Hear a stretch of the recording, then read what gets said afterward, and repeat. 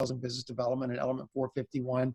And I have the pleasure of introducing Jacquelyn Thompson, who is the Associate Vice President for Enrollment Management at one of our 2020 Partners Editions, Florida State College, Jacksonville, more affectionately known in many circles as FSCJ. So Jacquelyn, thank you so much for joining us today.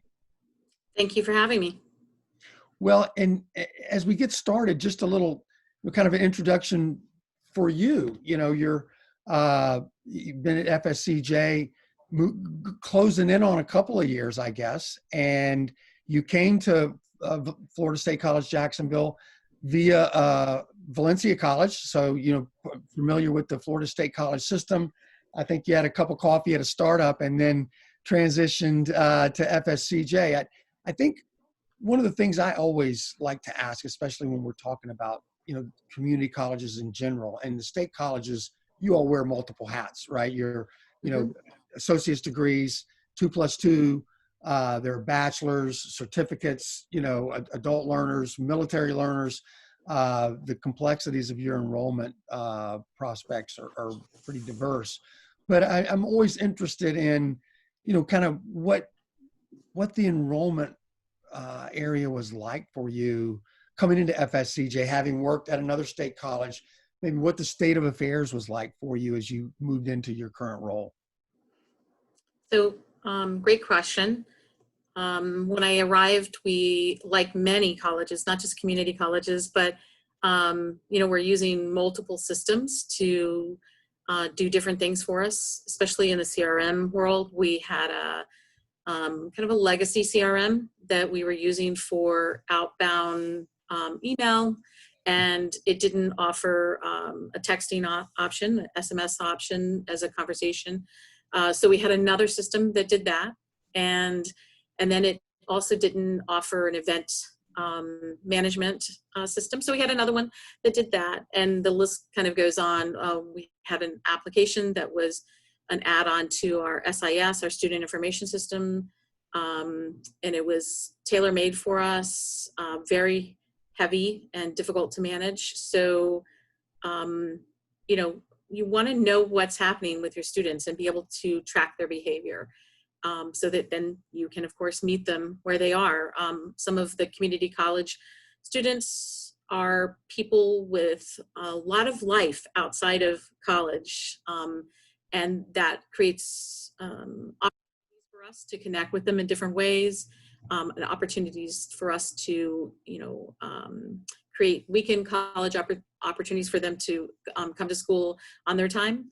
But to do that, you really have to have a system that encompasses all of those things in the admissions world so that you can see what they're doing. And, you know, the fact that you have, you know, 10,000 inquiries and 4,000 applicants, but, you know, 2/3 of those applicants never inquired. They just skipped all of that and went to the application. So that was pretty much where we were, that we had all of these systems. None of them were really talking to each other, and it was difficult to pull together information to help us make decisions. Okay, well, interesting. And we hear that a lot, and you're right. That's not just at the community college level. It's at schools of all shapes and sizes. I'm curious, as I heard you describe that, the different, you know, personas of prospective students, and then multiple systems, and you know, trying to integrate those. And would it be safe to say one of the larger challenges may have been, you know, who and how many are falling through the cracks as you all are trying to manage that? So interestingly, people in general have the idea that we need more applications, we need more inquiries. And sometimes at the community college level, or at least in the community colleges that I've worked in here in the state of Florida, we have the opposite problem. So we don't have the scarcity issue, we have the abundance issue. And that's a great problem to have. I embrace it, but it is, because of the abundance, it is more difficult than to manage. And yes, it's easier for students or potential students to slip through all of the cracks in the enrollment process. Absolutely. Well, so there, I got to tell you, there's several things I want to kind of dig in to, you know, efficiencies around, you know, applicant behavior, patterns, et cetera. Let's step back a little bit. So you come to FSCJ, multiple systems, challenges around that, what's communicating to each other, how you're impacting the student prospect experience.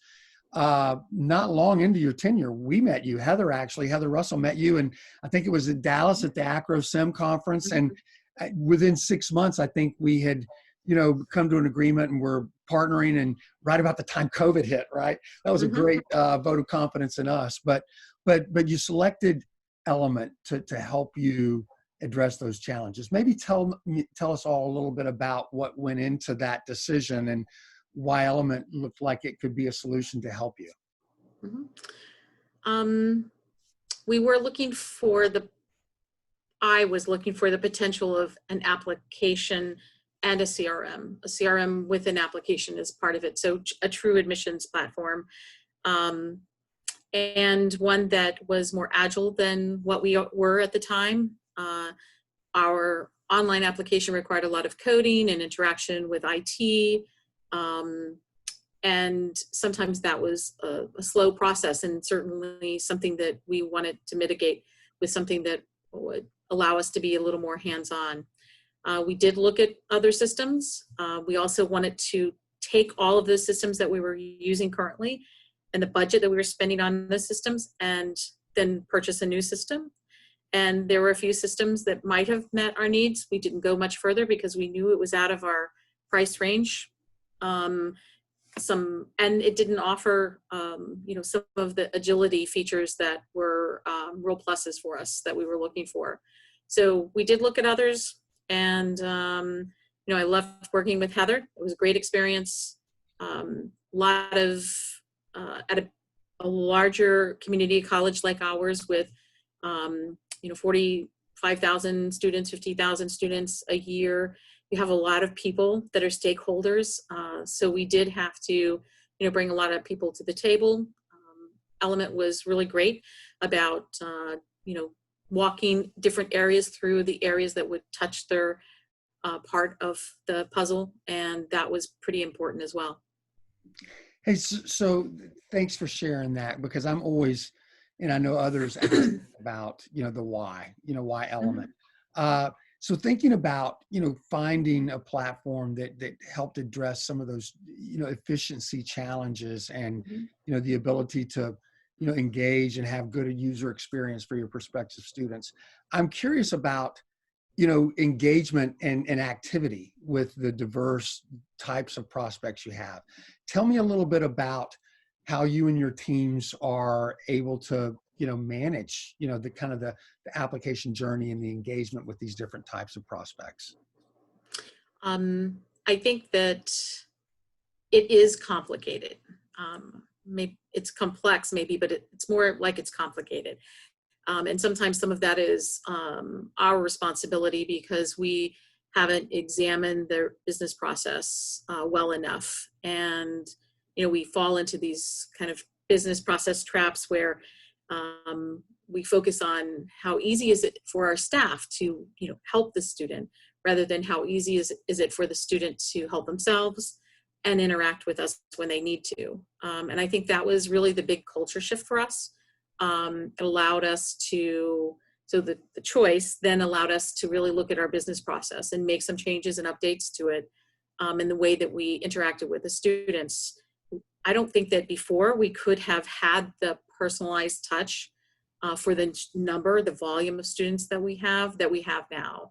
The ability to, literally go in and within seconds, and I'm not exaggerating, change or tweak something in a communication plan or, in the communication itself, and the change is updated instantaneously. That was huge for us. The way that we're able to send dynamic content. So, community colleges have 1 million programs typically, and they're all different types of programs. There are different things that the student might have to complete to be ready for the admit to the program. And we do have limited access programs as well. So not everything is open access, and it's a lot to communicate all of those different ways. We weren't doing it before. We were relying on, the student coming into our, our answer center or advising center for face-to-face. And of course, all of that changed, last year in March when we went to more of a virtual space like we are still. And, it continues to be a challenge, but I do feel like that was a huge reason why we chose Element, was the way that we could send dynamic content. So interesting. You've touched base now on a couple of things. You're talking about, the number of stakeholders, in the process of selection, and then, the complexities around all of the things, the moving parts, if you will, on the recruitment journey and some of the business process. I actually was going to kind of move some of those questions to the end of our conversation. I think they're relevant right now.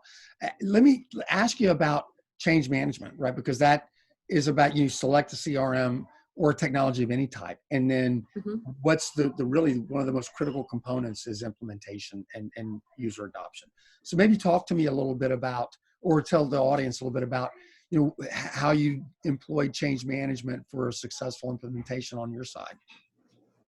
So honestly, that was a much bigger lift than any of the technical aspects to the implementation.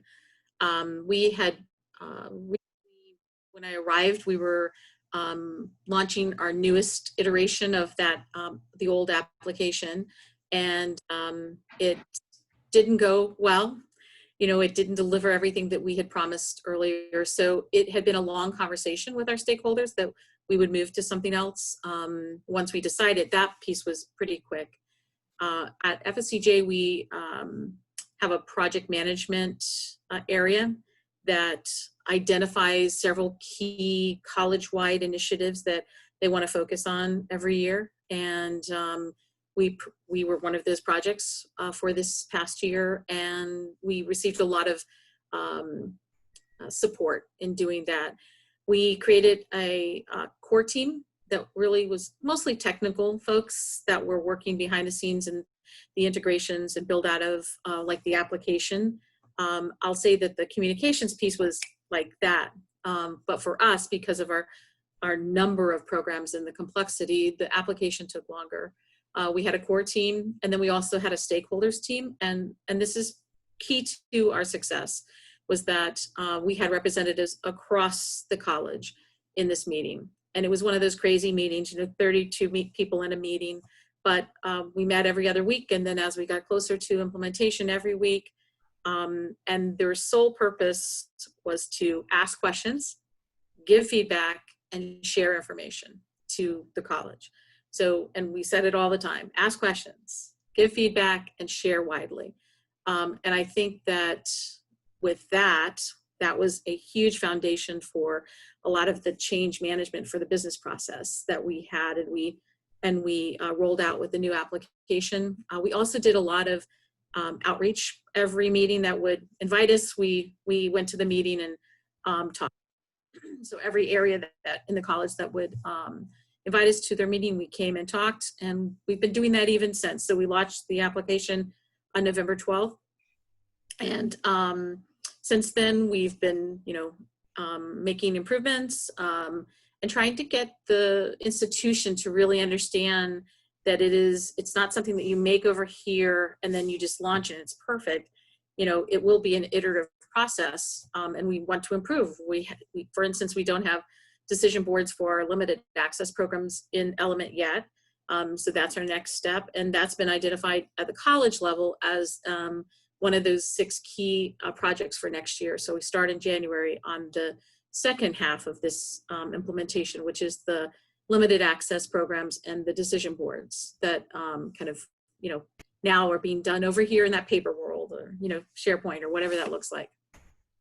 Well, and so it's interesting to hear like your commitment as an institution, right, to ensure positive implementation in the right environment, right, to have that take place. We hear frequently from prospective customers, what happens, right? Like, are you guys have been great. What happens afterwards, right, when we move to implementation? Are you still going to be here? And because you do hear the stories of, good luck, like, thank you. Here's a few videos, good luck. And maybe briefly, we like to kind of pride ourselves, if you will, on user adoption, and that's all about implementation and Mhm. onboarding. And I'd maybe give you a chance to maybe speak to that just a little bit on your experience with us, and making Mhm. sure that those things occurred and that the change management happened on your end. Mhm. No, that's a great follow-up. I would say that that's one of the things I most personally enjoy about Element is the partnership, uh, the available support. I heard about it before we said yes to Element, from those individuals that we connected with, and references, and it's true and it happens, and definitely a huge plus. I can't think of a time that we haven't had a question answered in a timely manner. We're connected all the time. There's live support. We utilize Basecamp, which is a project management tool. So through implementation, anything that came up, you could put it there and you would get an answer like that. I find that is a stark contrast to many of the implementations I've been a part of in the past, where yes, you are best friends with these people for the whole time that you're kind of building it, everything, but when it launches, that disappears, and I haven't seen that at all. That's good to hear. That's what we strive for. So thank you for sharing that. So moving forward, you talked about, getting up and running, and then processes beginning to streamline and creating efficiencies and business process improvement, right? I mean, Mm-hmm. efficiency lends itself to that. I'm not so sure everybody, typically thinks about the improvement of the process. They just look at the output, right? Oh, we Mm-hmm. we increased by X and we increased by Y, and we don't really look at the factors that contributed and then look at that, formalizing that. So maybe talk to me some about business process improvement, post implementation with Mm-hmm. Element. So, we use a Six Sigma type of framework for our project implementation, and we are currently in the control phase, which is all about that feedback loop piece, and how we develop all open channels for people to connect with us and alert us if we have something that's not working as it intended. We do utilize Microsoft Teams. We have a team chat that has, 120 people in it. But it is an amazing space to be able to build on and see the questions as they happen. It allows us to identify training needs. Nothing punitive. We want you to ask questions, and you have to come with that type of mindset.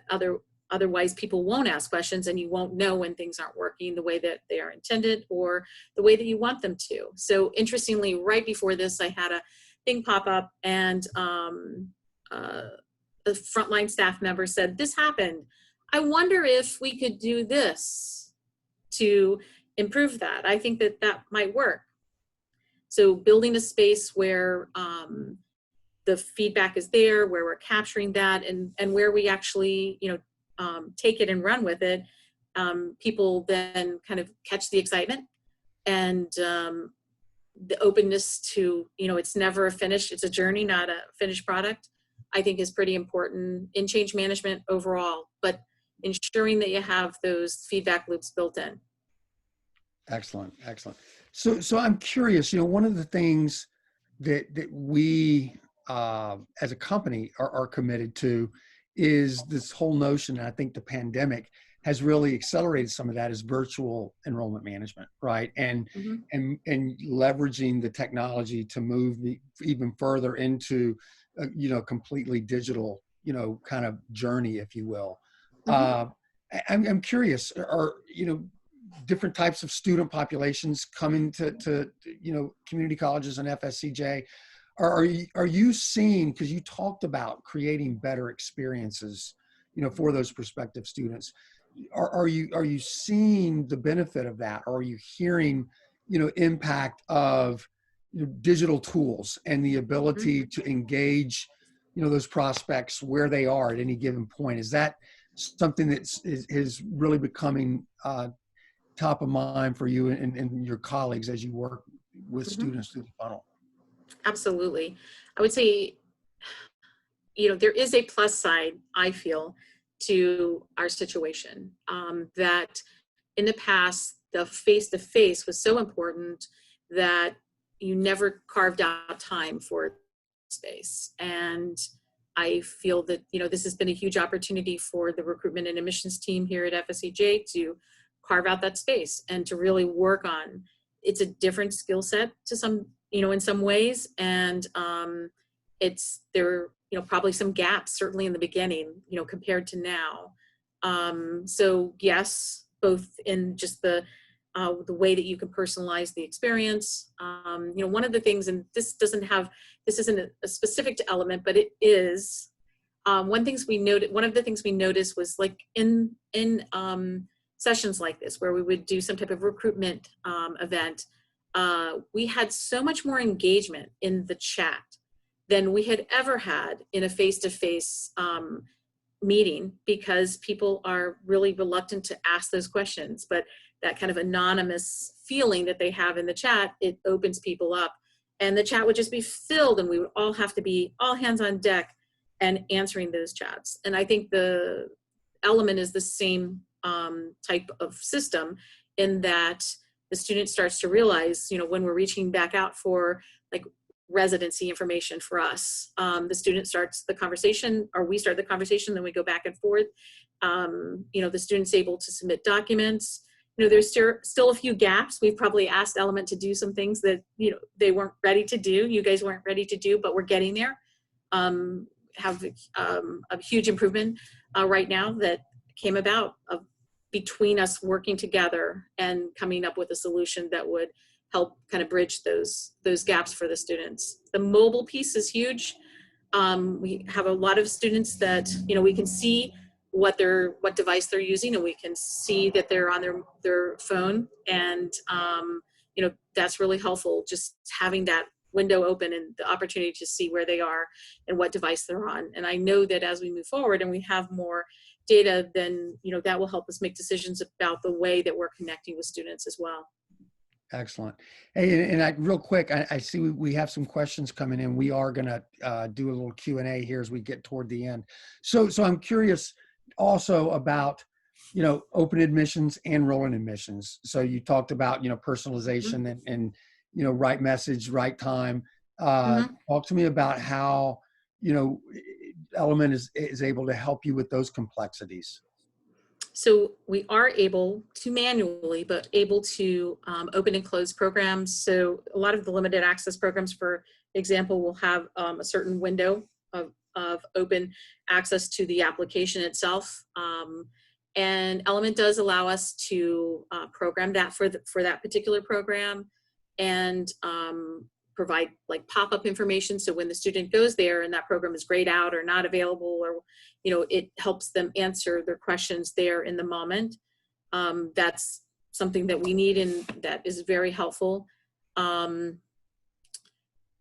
So far, we've been able to put applications that we used to have in paper form, like our dual enrollment program and our international students, all paper before. Out of the box, we were able to implement those applications. And in general, just the interface with the application the improvement is significant. We've had students that have returned to us over the past 4 weeks that we've been live, and have reached out. Like, it made it enough of an impact that they reached out and said, wow, this new application is so much better than the old application. I totally understood it. It was easy to use. I filled it out on my phone. So we've heard that a few times. So I would say that, moving forward, we really want to make things as mobile friendly as possible. And best practices on our side, in developing the content for the different applications and forms and things to, really keep that in mind and do a good job with that. Well, one of the things I've noticed, talking about, forms and call to action and being able to capture information, one of the things I've noticed in your implementation is embedding those call to actions at a program level, right? And not at just in it kind of an admissions portal, if you will. And so that right. they look the look and feel is the similar, but where it's embedded and where it lives is in a lot of different places based on a program's, page and the look and feel that they've deployed. So we haven't implemented the microsites or the pages yet, and that is the next step. But without that, we are already, we're at 180 programs, and we're able to build out communications that will give a direct contact to any of those smaller limited access programs, right the moment we start interacting with the student at the inquiry level and at the application level. It's interesting. I was going to ask you about that, and I hate to say it, but it's the phrase, the speed to lead, the ability to engage with prospects quickly. But it's almost like you just described speed to need, with the internal constituents that you serve. And I'm curious, what kind of impact has that had on your relationship with these program owners? So very positive. I think that early on, we were able to build out some very specific communication campaigns with some of our stakeholders, like our honors program and some of our grant programs like TRIO. We partner outside with Year Up and some other community-based organizations as well. And we were able to, within a half a day, build out a communication plan. Never happened before. We used to have our leads coming from through a third party from Facebook and LinkedIn and a lot of our social media leads. And the lag time was just incredible. And now the individual receives, contact within 5 seconds if we want. And then we can follow up, where before it was very static. By the time that those leads arrived to us, honestly, they were probably extremely stale. Interesting. And we all know, especially in Florida, the competition for the diverse mix of student prospects that you all, people are clamoring for them. And, and Florida is one of those states with a high number of for-profits. They are adept at quickly getting there. So it's nice to hear that you're able to compete, on a level playing field, if you will, right? With, the high investment for-profit systems that are designed, for the front end enrollment piece. That's welcome to hear, because the role you all play, in the sustainable economic workforce in your communities that you serve is more critical now than ever, right? It's always played an important role, but I think where we are now, it's just welcome to hear that. I love to hear that kind of component. So we're going to cut to one question. We've got a question from Ray Gilmer. I believe Ray is at Montgomery Community College in Maryland. There's a couple of different Montgomery Community Colleges. Right. He asked about your experience in the integration of Element with your SIS. And I'm curious if you could share a little bit about our integration with Oracle and you all. Sure. So we're a PeopleSoft school, and the integration piece is always kind of the getting into the weeds. And I'll be upfront that was probably what slowed down our application implementation. We had it built in Element, long before we tested and retested the integrations piece. But it was also pretty straightforward and is working. We do have a functional analyst that kind of, creates that liaison between us on the functional front end area and our IT staff. I would say that person is a linchpin to the success of understanding what we want and then being able to communicate that with IT. I think that is important. I don't care, Banner, PeopleSoft, Jinsabar, it doesn't matter. That would be an important role to identify in implementation. But, that is typically the most painful part of any implementation, because separately, both systems work great. But when we want them to talk to each other, they don't get along as well. And that's been a good integration, and it's gone very well. Well, what's interesting is that's always one of the questions. And you mentioned stakeholders. We always end up talking to somebody in IT. Tell us about, an IT integration. And And every company will say, oh yeah, we integrate with X, or, oh, of course we integrate with Y, and we don't always know what it looks like. And so much Mhm. depends on, some of the knowledge base and capacity, with our potential partner and their IT. Sure. But we have what you just described is very similar to what we've experienced with other partners, right? And I think that does speak to our commitment to ensuring positive implementations and high user adoption. Mhm. We don't, as a company, our commitment is usage, and we measure ourselves on the time you all spend in our platform. And if we're not integrated appropriately, with the SIS, and the data doesn't flow freely, it's a loss, right? From the Mhm. start. So, Sure. Ray, thank you for your question. That is always one of the top of minds. Do you integrate with with Oracle? Do you integrate with Banner? Do you integrate with Genzabar? And not only us, but everybody will say yes. But what Mhm. was it like? And how's Mhm. the process working for you? One of the other questions that was asked, and we've actually already addressed it, but I wanted to acknowledge it, was, how are the recruiting teams using Element in Mm. connecting with students? And there are multiple ways. Maybe you could expand a little bit on, maybe from speed to lead, but then the engagement with prospects after the initial inquiries come in. Yes, that is a huge culture shift for us with the product. It helped us build a better business process behind the scenes.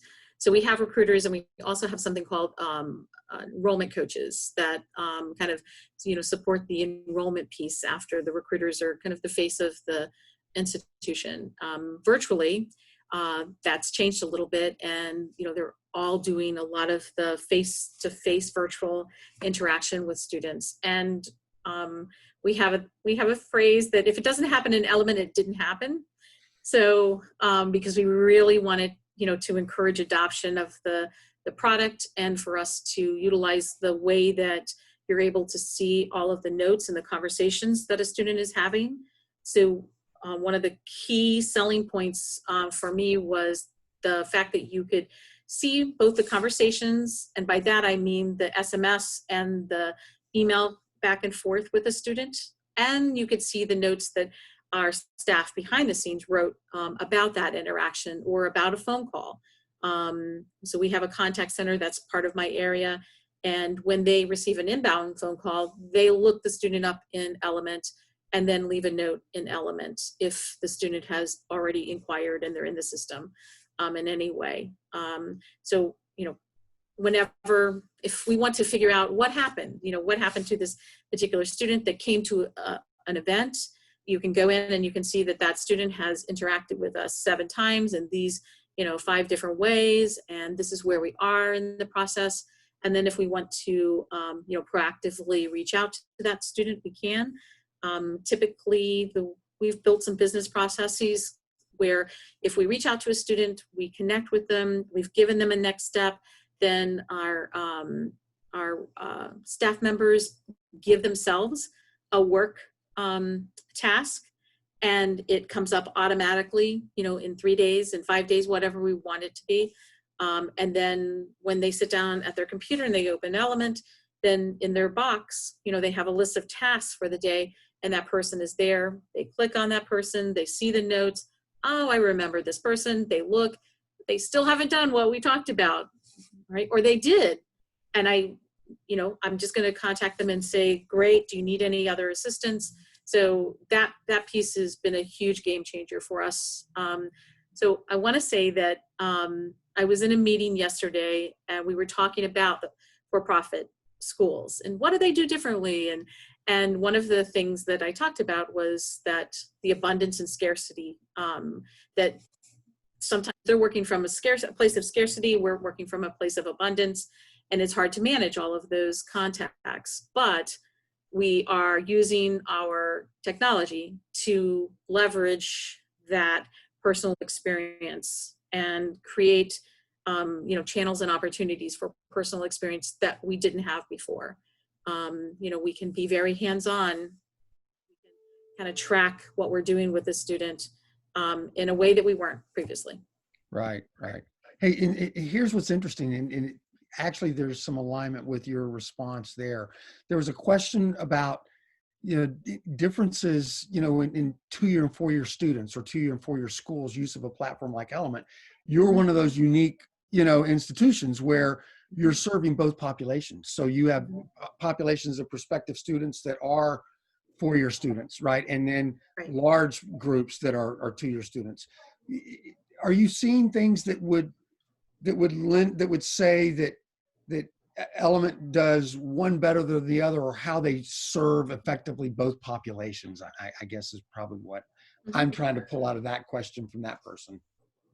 So I don't think that there's one that Element does better than the other. I really do think it's about your business process. Creating that guided pathway that we talk about in community college world, or the seamless, process.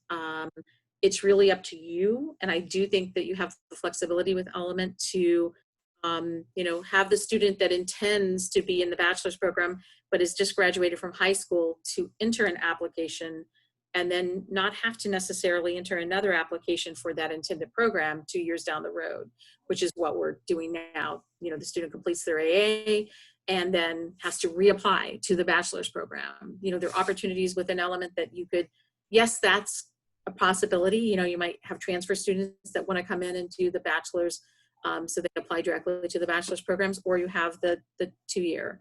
I don't see a limitation in that. You can build the application any way that you want and build the, the process behind the scenes.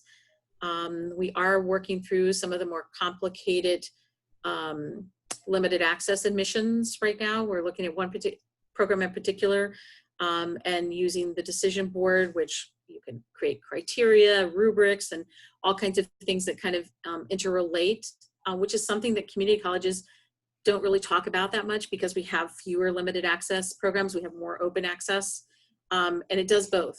So I would say that, I don't really see a big difference between the two. Okay. Hey, it's something, and we touched base on this a little bit in the move, the acceleration of moving to more virtual, enrollment management as a byproduct of COVID and the pandemic.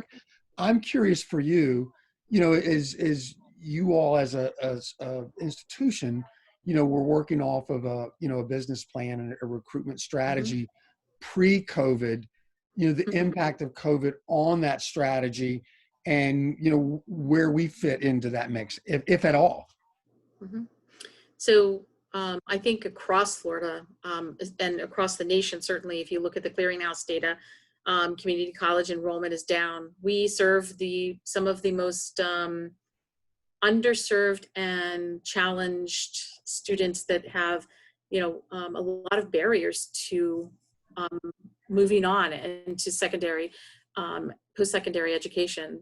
So, being able to kind of connect with all of those groups, really see the big picture, I think that is pretty important right now, especially with you're interacting with a lot of people that I think it's a game changer, that people that weren't really comfortable interacting virtually, well, they're old hands now, because they're experienced. And I think that more and more we see, it's always been that people think, a lot of people want face-to-face interaction. They want to have somebody sit next to them and kind of handhold them through the process. And yes, there are still many individuals that are like that, but I feel the more that we use technology like this, the more we're able to serve those students who really are not interested in that. They've been at work all day. They really want to be able to do something pretty quickly online without any human intervention, and for it to work the way you intend it to work. And I feel like that majority is increasing with people becoming more familiar and more comfortable, in the virtual space. And again, I want to reiterate the whole the phone and the ability to do all of these things, in the palm of your hand, especially now when you have, a household who may have 1 or 2 devices that they're dividing between, 5 or 6 people in the household, with kids doing homework, 2 parents working maybe, and, other family members that might be sharing the space. So yeah, I think it's even more important. The things you just shared, it's funny. We've talked about this, a lot of passion. None of us in higher ed are getting rich. The passion for the mission and the role that education plays in the lives of individuals, and then the collective impact on the communities that those individuals are part of, and the opportunity to be a part of what FSCJ is doing, we're honored. It's 2:41. We've got 4 minutes left. So here's what's interesting, and I've told you this. You probably thought, when are they going to share and demo their product? And it's interesting. Often these webinars are designed to showcase product. And as I share with you, this was almost last minute that you and I had an engagement. I said, we're doing a webinar in a couple of weeks on, we're going to focus on community college. Any interest in joining us? And, you gladly offered up your time. And I got to tell you, Jacquelyn, we're not going to do any type of demo. This has been a great conversation. And actually, I'm going to invite you back sometime in 2021 to move into the next phase of where you are as an organization and an area, functional area on campus, the things that are happening for you at FSCJ, and maybe continued business process improvement, trends, things. You have so much to offer, and I hope we can do this again at some point. So really what I'm saying is thank you for joining us. For those of you in the audience that we're looking forward to maybe a peek, we're happy to do that one-to-one or one-to-many. We're not going to do that today. But before we sign off, Jacquelyn, any parting words for myself, the team, and those at large that are with us? Well, I think that you're right about the passion, especially people that work in education generally, but in the community college world, any of us who've had, interaction with a student, we know the complexity of their lives and sometimes the barriers that they bring, the baggage that they bring to the table. So, the last thing we want to be a factor in them, creating an opportunity for themselves would be some kind of, complex enrollment or admissions process. And it's our job to, make that as friendly as possible. And, I'm looking forward to the continued partnership. Yeah, well, Jacquelyn, thank you so much. You're a showcase partner and a great person. Thank you for joining us. Thank you, everybody else. Hope everybody had a great Thanksgiving and happy holidays, because they're upon us. And with that, we'll give everybody 2 minutes back. But again, Jacquelyn, thank you so much. Thank you, Wayne.